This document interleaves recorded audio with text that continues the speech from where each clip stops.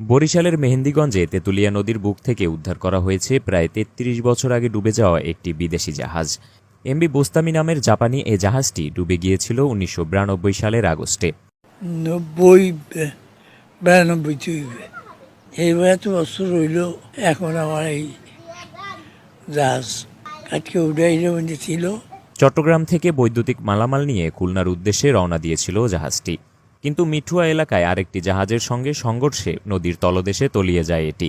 ছোটকালে শুনছিলাম যে এই নদীর এই জায়গায় একটা জাহাজ লাগানি ছিল আর একটা জাহাজ যেমন উত্তর দিকে আইতেছিল, তাই এইটার লাগে ধাক্কা খাইয়া জাহাজটা ওই এটার ভিতরে কারেন্টের যন্ত্রপাতি, গাছ এগুলি ছিল, তাই ওইটার লাগে ওইটা ধাক্কা খাইয়া এটা 12 বছরের রিপ্লেসমেন্ট গ্যারান্টি নিয়ে তানভীর মেটালি প্রথম বাংলাদেশে তালা ফাইটটা ডুবে গেছে।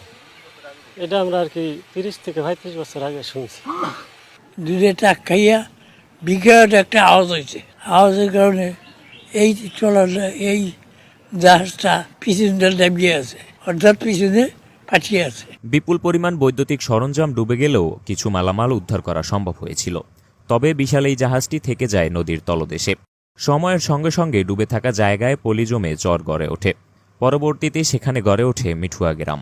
২০০৫ সালে বাংলাদেশ অভ্যন্তরীণ নৌ পরিবহন কর্তৃপক্ষ জাহাজটি নিলামে তোলে। মাত্র ২০ লাখ টাকায় এই জাহাজটি কিনে নেয় খুলনার অগ্রণী ওয়াটার ট্রান্সপোর্ট। এরপর একাধিকবার চেষ্টা করেও সফল হতে পারেনি ঠিকাদার প্রতিষ্ঠানটি।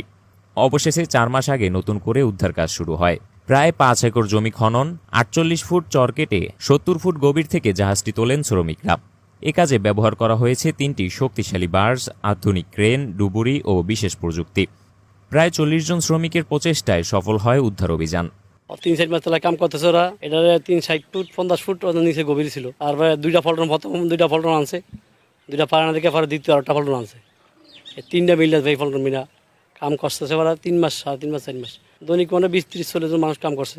দিয়ে মাটি খনন করছে, খনন করার পর মাটি পরিষ্কার করছে, পরিষ্কার করার পর পল্টন দিয়া 3টে পল্টন দিয়া এরপর উঠাইছে। 30 ফুট মাটির নিচে এটা ছিল, তো আমাকে 1,500 আনাইছে। এটা আজ 4 মাস চলে।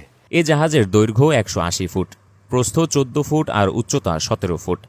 ইঞ্জিনসহ বেশ কিছু যন্ত্রাংশ অক্ষত অবস্থায় উদ্ধার করা হয়েছে, যদিও দীর্ঘ সময়ে অনেক মালামাল চুরি হয়ে গিয়েছে। আরও মালামাল ছিল একদলাইয়া, ওই সামনের দোতলা ছিল, দোতলার তানে কাটিয়া মাটিয়া ট্রান্সমিটার পাইছে, হেগুলা পাইছে, দামি দামিও মাল এ সব নিয়ে গেছে। হেয়ার পরে ইলেকট্রিক খাম্বা ছিল গাছের, হেয়া পর্যন্ত নিয়ে গেছে। উদ্ধার কাজ দেখতে আশেপাশের এলাকা